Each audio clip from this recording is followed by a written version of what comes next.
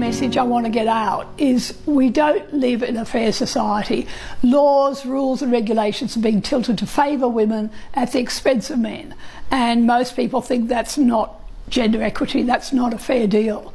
So I'm out there trying to motivate people to help with trying to achieve a proper level playing field. I do think we live in an increasingly unfair society, and the Me Too is a classic example of that. We started off as a serious issue, dealing with harassment by men, powerful men, misusing their power, and then it morphed into giving women absolute licence to destroy men's careers on the basis of the most trivial accusations, sometimes dating back 30, 40 years. And that's just crazy, and I think most people don't agree with that.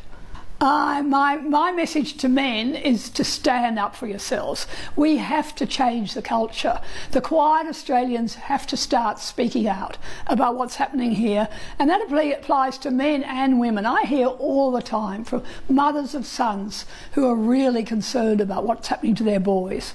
Why do we have 60% of graduates are now female, and no one cares that we've only got 40-something% of males getting through uni? Well, we have more and more boys not being engaged in school and doing really badly in school. We have a culture in our school system which is really anti-male, which is constantly demonising boys, talking about male violence, talking about toxic masculinity. We never do anything to praise men. And in fact, if you praise men, the ceiling falls in. I mean, last year I tweeted something about the wonderful firemen. Most of the people out there fighting our ferocious fires are actually still male. I've got nothing against female firefighters, and I think they're wonderful, doing a wonderful job.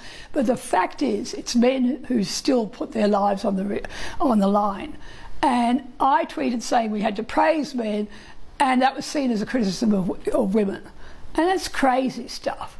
Surely we can talk about what's good about men without people thinking that's some sort of attack on women. 6 out of the 8 people who kill themselves every day in Australia are male. Why do we have a national suicide policy that's gender neutral, that fails to look at why men are so prone to suicide? Why do we ignore the third of victims of domestic violence that are male? And there are so many areas where we don't give men and women fair treatment.